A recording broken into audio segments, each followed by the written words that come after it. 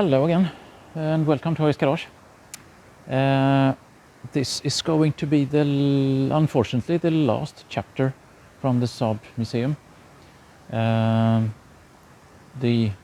era between 2000 and let's say 2011, I think it was. So this is the last decade of the Saab history, I'm afraid. I'm standing here next to the new Saab 9-3. It was launched, I think it was in 2002 or 2003, something like that. And again, it is a completely new car. Again, well, the old, let me think now. The new Saab 900 was a completely new car for Saab. And then again, just a decade later, came a new Saab again, which is kind of amazing since Saabs were typically using their platforms for several decades. But here, GM was now in, I think, full control. Yeah, must have been so. And the Saab 9-3, this new Saab 9-3, were to be a common new development. So at least this was not the kind of a carryover platform as the new Saab 900. So the new Saab 9-3 was a joint development, and I think it started in Detroit around 2000, maybe 99, something like that, with engineers from Germany, Sweden, and America, of course, setting the base, let's say like that, doing the base development for this platform. Now, the car as such is, I would say, a good car in a way, and a good car for its time, but there's a little bit of a but. Let me see here. The rear end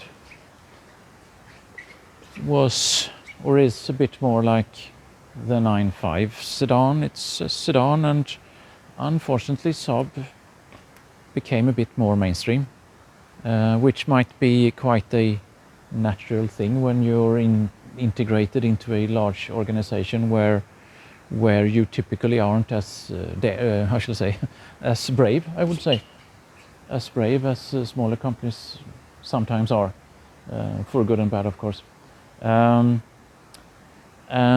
next to the 9.3 sedan, by the way, the engine now is no longer something that has evolved from the old Ricardo design into the Swedish Södertälje 2-liter engine that was evolved into the 9000 engine, and then was used in another evolution into the 9.5. Here on the 9.3, it was GM engine. That was the order. Now, the engine was decent, I would think, in terms of performance and so on, but there was some fuss around the choice of powertrain, because the engine was priced at twice the price of the engines that were produced in Sweden. Yes, twice the price, roughly at least. And why buy a GM engine at twice the price? Okay, you didn't have to pay as much for the development, of course, but still, that gave the car a rather weird or difficult cost situation, of course. One can always discuss cost back and forth, and who is paying for what, and how are development costs shared and so on, but still, it was a big annoyance in Trollhättan that the engine was so costly. There were even some threats of throwing it out and putting in the old Saab engine in it, but that never happened.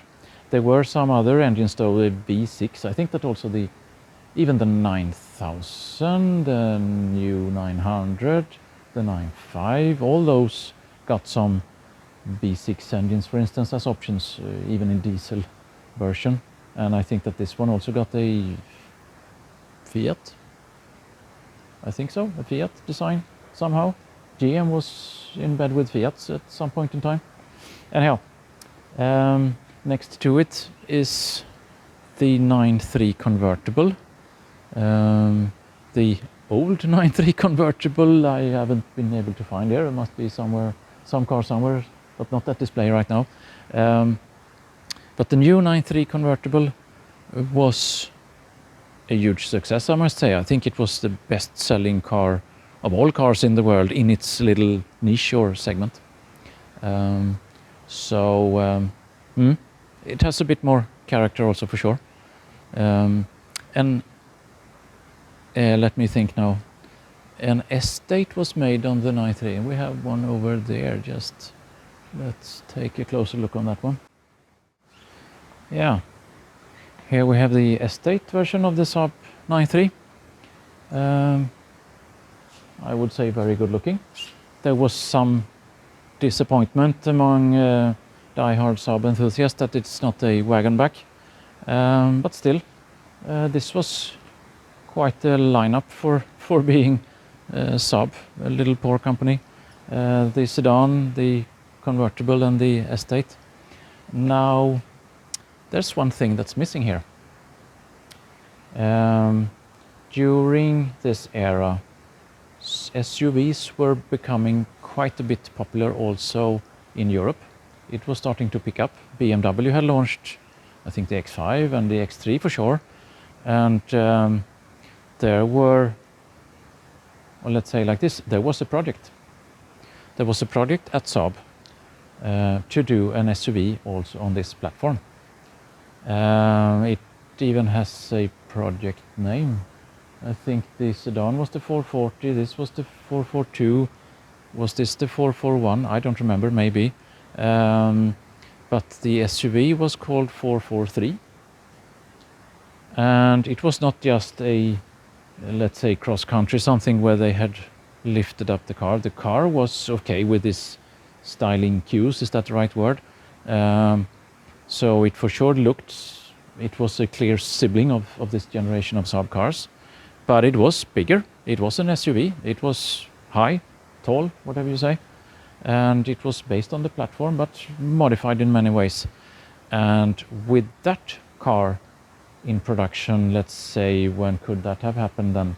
In 2000, I don't know, 7 maybe, something like that. I think that Saab would have survived. Yes. The SUVs were in its early booming in Europe, but as you know, when did the Porsche Cayenne come? Okay, this was not going to be a Porsche Cayenne competitor, but still, the segment was really going up. And today, Porsche is more of an SUV manufacturer than a sports car manufacturer. So Saab were really right in timing. But what happened? GM killed it. Bob Lutz thought that the car was too small. Yes, the cars are. He has made a few good decisions probably in his career, but he has also made some really, really bad decisions in his days. This was one. Now, of course, the good ones, that's what you're remembered for, and the bad ones are just forgotten in history. There is no 443 car in existence today. There are some prototypes, you know, for other cars around here, but there was never any 9.3 SUV saved for the world. It was there were prototypes of pre-series cars built, but it was stopped. GM killed Saab at that point in time. Now, then Saab were standing with these 3 cars, but not the volume that was intended. And the sales, one can say that, yeah, if you're a good sales guy, you can sell anything, and that's partly true, of course. But Saab never really took off. And that's sad in a way. Now, there were still hope, though. The Saab 9.5 was in development. Let's say like this, no, the new Saab 9.5, of course. The old one was aging, and there was a development started for the new Saab 9.5. And let's see, there's one near the reception over here. Before Saab finally died, there was one launch more that was done, and that was the new Saab 9.5. Again, lots of shared components with GM, of course, but it has quite a bit of character, I must say, in terms of styling. I'm not sure if it's, well, It's a bit subjective, of course, but yeah, it stands out a bit. But the styling, or let's say the design studio, was at this point in time moved from Trollhättan, and this car was given its shape in Rüsselsheim in Germany. And well, I have driven a few of these, and for its time, of course, it was also a very nice car. But again, yeah, okay, one can discuss what is mainstream or not, but the concept as such wasn't really standing out. Yeah, okay, a bit of interesting styling. But why was the design studio moved from Trollhättan to Rüsselsheim? To make the cars more Scandinavian. What? Yes, I've heard a manager saying that. It was one of the steps in the death of Saab. Some years earlier, the gearbox production was moved from Gothenburg to, I don't know, Kaiserslautern, somewhere in Germany, I think. The new 9.3 did not get a Saab-produced engine, nor did this 9.5. So with the end of the first 9.5, then the engine production in Sweden was stopped. The design studio was moved, and during 2008, in some development, or how should we say, company presentations of GM, the development center in Trollhättan was not visible, but there were people working there that didn't know anything special about that. During 2008, it got even worse. The whole Trollhättan operation were to be cancelled completely. 2008 that was. And that was before the launch of this car. This car came in 2009. Now the real kind of chaos started. Of course, some managers that of course had a bit of passion for Saab, even though they had to maneuver within the GM sphere, which was a bit tricky. But of course they didn't just want to accept the death of the Trollhättan development site and production site and so on. So what to do then? Well, there was a bit of luck, one could say, also involved in this, because the crisis also struck the world. The financial crisis, I would say then. So GM got kind of busy trying to sort out their own business and kind of forgot about Saab. Yes, seriously. In big companies, those things can happen. And the operation to rescue Saab started. And well, how did that go? Well, in the end, well, not in the end, but in the beginning of the end, there was a decision to try to sell Saab somehow, because then people thought that that would probably be a way to save Saab. I think it was during 2009, as this car had been shown, that the little company Koenigsegg, this Swedish super sports car manufacturer, got involved. That might sound a bit weird, but if you look on what Christian von Koenigsegg have achieved, he has achieved something. He has built up a company from scratch, and of course from time to time it's a financial struggle, but still today he is in existence and he is building cars. That's not something that you can say of Spiker or about Spiker, and especially not about Victor Müller. What happened was that GM were not so easy to deal with. The financing of getting the business going again, because I don't remember exactly at which point in time, but the production of this didn't really take off as it should, and there were cash flow issues, of course, in this time. And there were they were trying to find ways to borrow more money, financing, that's a tricky thing. So at some point in time, Koenigsegg decided that no, this will not work. We have to get out. The things have been slowing down so much, so there's no chance that we can get this going. Now, then there were some other companies that were interested in, I don't know, China, India, whatever, but nothing really happened. And then suddenly came Victor Muller. And if someone isn't familiar with him and his CV, if we may say so, then read the book Circus Muller. Anyhow, he managed to fool GM and lots of other people that he could rescue Saab, which of course he could not. But he had a fun ride, and he managed to get some money into his, to secure his own future. So, all right, that's life as a businessman. But it didn't fly. I don't know if I should say too many negative things with him not being here to be able to defend himself, but just his track record tells it all. He has not been able to get Spiker to be successful, so and there are lots of people that are not that happy with him, and that he owed them money one way or the other. Anyhow. Yes, so what did he do? He just started to spend money as if there were endless amounts of money available, which there was, of course, not. I don't know if there's a sales figure somewhere around here. Yeah, 2009, 40,000 cars. 40,000 cars, you can't run a business on that. And to make a long story short, in December 2011, Saab filed for bankruptcy. Yes. That was at the same time as this car was about to be launched. The Saab 9.5 estate in its new generation, or in this new generation or new form. But here you can see it, the car at least. It's here. There are a few cars registered and that are driven by private persons.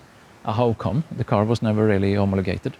Well, in I think 2012 there were cars or material, let's say like this, being sold. Even the whole existence of this museum was threatened in a way. But it was saved in the end.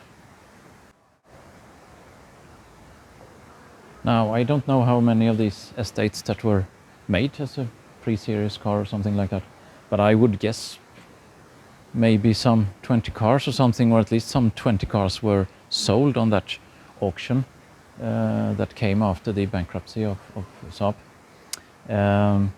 It was said that these cars can never be used on the street. They are not homologated. Still, there are a few of these out on the roads now. Or, well, yeah, exactly. There are some cars of this version out on the roads. How did that happen? Well, some people took a chance, bought the cars, and started to dig into the bureaucracy of registering a car. And one way that I've heard is that some cars were taken to Germany, where they didn't really know all the details, but it was being presented as the Saab version of the Insignia, and of course the Insignia is in production and everything is fine. Somehow it got registered, or a few of those cars got registered, and then kind of exported back to Sweden. And there are a few cars here and there in Europe, but again, very rare car. Now, this is the end of the Saab developments, but there were more weird things going on during that last decade. Let me show you.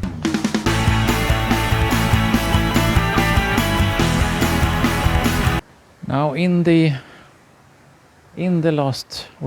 the last decade of Saab car production, these two things popped up.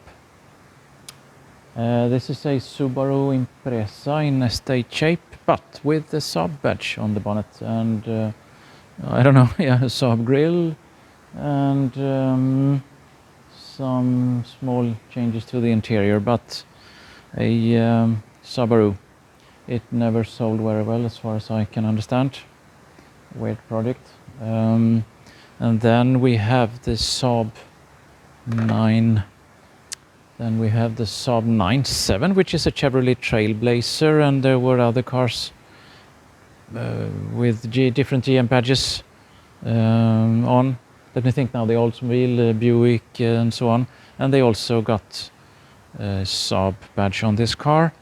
And well, yeah, you can see the Saab grille and some details in the interior. They even managed to get the key down on the center console. Still, how much of a Saab do you think this is? And why spending money on this thing instead of the Saab SUV? Weird. But I think they sold some 20,000 cars of this model over 3 years. So, okay, it never really contributed with any profit as far as I can understand.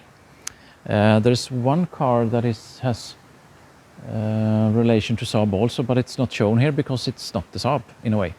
And that is the Cadillac BLS. The Cadillac BLS was a reskinned Saab 9.3.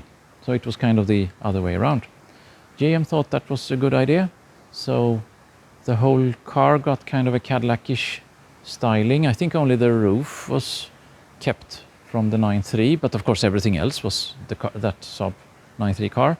And there were some changes to the interior and yeah, badged as Cadillac BLS. And it was sold in not very high volume. I think though someone said that it was the most selling Cadillac in Europe ever, but that doesn't mean much. It was just sold in some 1,000 cars per year or something for a couple of years. And yeah, then of course Saab made the work in Trollhättan, and the cars were built in Trollhättan, and the tooling was here and so on. There were quite a bit of tools for that thing. So Saab sent the bill to GM, of course, and GM just said, no, you take care of that bill. Ah, well. Okay, so let's take a look at the 94X. So here we have GM's last attempt at trying to do something out of Saab. It's a Saab 94X, but it is based on a Cadillac SRX, I think it was called. Very rare car. There were some 600 cars made before things came to an end. But, well, here GM wanted to make an SUV. Why not making it some 5 years before with the 443 or whatever the timing was of that project? Weird decisions, for sure. So in 2011, Saab filed for bankruptcy, and that was the end in a way. But there's always a but. There was another company then showing up called, what was the name? Nevs, New Electric Vehicles Sweden. I don't know. Maybe I'm wrong there. But anyhow, Nevs was the name. And they are still in existence in a way. But they tried to get things going again. And that was even more difficult than in 2010. But some years into the ownership of the what was left after the Saab bankruptcy, they did buy the site, and they still had the license to build cars with the Saab brand, and they had some idea of getting funding in, when was that, 2013 or something like that. So they built a batch of Saab 9.3 cars as model year 14, I think, during the autumn of 2013 and a bit into 2014. But the whole build was a big struggle, and it was, I would say, mainly built with spare parts. So it could not continue, and I don't know what would have happened if it could have continued, but still that didn't work, and I don't think they got the funding that they needed anyhow. Yeah, there were lots of weird businesses going on with China, and I don't know how many Saab cars that have been built in China. Maybe some electric. That's kind of another chapter that we can get into in the future. Anyhow, here we have an interesting car built by Nevs after that last run of Saab 9.3 cars. This is a one-off. and it has the same color as the original, let's say, first model year of Saab 99 turbo cars. The model year 78, the wagon back 99 turbo, had this color. They have tried to make some kind of recreation of the wheel design. Even this, what would you call that, stripe or whatever you call it, is also something that you could see on that 99 turbo. It even has an extra boost pressure meter on the dashboard, even though it sits in a different position. And it has some changes to the interior, and I think this Nevs car has a different bonnet because this is a bit new, and well, you know. Yeah, so this was really the last attempt in trying to make the Saab brand on a car still being alive in a way. And Saab, the defense group that started off in the 30s by making military aircraft planes, they just said that no, sorry Nevs, you are not making any mess with the Saab brand anymore. Our license goes back to us now, or we take back the license. Well, Nevs have made some tries to make new cars or more cars, but so far not successful, and for sure not with the Saab brand. So that's really the end of the Saab story. Now, there are some things in this museum that I haven't shown you. There are, for instance, some concept cars. One very interesting car, the EV1, that's really drivable. But I will end the story here, because this is really what I think is the most interesting things to see here. If you come and make a visit, yes, for sure. There are some other interesting cars here. I can, for instance, see a privately built Saab 900 Estate standing over there. There are some cars that are cut open to get more into the cars and look at details and so on.